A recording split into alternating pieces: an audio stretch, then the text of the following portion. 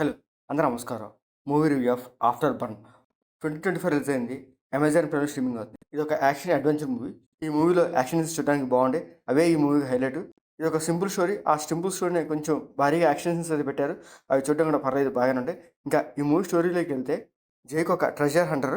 తను ఏ పని చేసినా ఒంటరిగా చేయాలనుకుంటాడు. సముద్రం అడుగున ఉన్న విలువైన వస్తువుల్ని వాటిని వెతికి బయటికి తీసుకొస్తూ ఉంటాడు.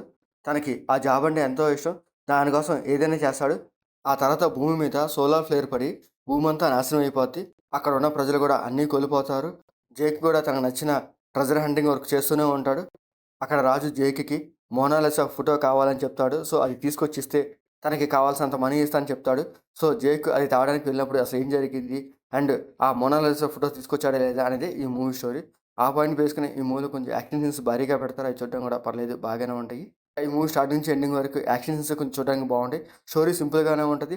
సో, ఫస్ట్ 10 నిమిషాల్లోనే తెలిసిపోతది. జేక్ ఆ మోనాలిసా ఫోటో తేవడానికి వెళ్తాడు. సో, అక్కడికి వెళ్ళాక అక్కడ ఏం జరిగిందనే పాయింట్ మీద ఈ మూవీని కొంచెం ఇంట్రెస్ట్‌గా తీసుకెళ్ళడానికి ట్రై చేస్తాడు. దానికి తగ్గట్టుగానే యాక్షన్ సీన్స్ పెడతాడు. ఆ యాక్షన్ సీన్స్ చూడడానికైతే పర్లేదు బాగానే ఉంటాయి. ఇంకా ఈ మూవీ డ్యూరేషన్ వచ్చేసరికి 1 అవర్ 44 మినిట్స్ ఉంటది.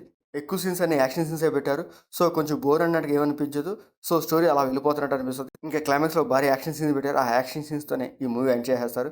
ఇంకా ఈ మూవీలో జేక్‌గా డేవ్ బాటిస్టా చేశారు. తన క్యారెక్టర్ బాగుంటది. తన క్యారెక్టర్ తగ్గట్టుగా తన యాక్టింగ్ పర్ఫార్మెన్స్ పర్లేదు బాగానే ఉంటది.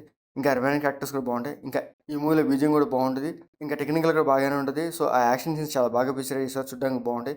క్లైమాక్స్‌లో ఒక ట్రైన్ ఫైట్ ఉంటది. అది చూడడానికి కూడా బాగుంటది. ఇంకా ఈ మూవీలో బ్లడ్ సీన్స్ కానీ, అడల్ట్ సీన్స్ కానీ అంతగా ఏం లేవు గానీ, మూవీ ఓవరాల్‌గా అయితే పర్లేదు. ఒకసారి చూడొచ్చు. ఆ యాక్షన్ సీన్స్ నచ్చేట్లేదు మీకు ఈ మూవీ నచ్చిద్ది. అమెజాన్ ప్రైమ్‌లో స్ట్రీమింగ్ అవుతుంది. మీకు నచ్చితే చూడండి. మీకు మా వీడియోస్ నచ్చితే లైక్ చేయండి, షేర్ చేయండి, సబ్స్క్రైబ్ చేసుకోండి. Thank you for watching.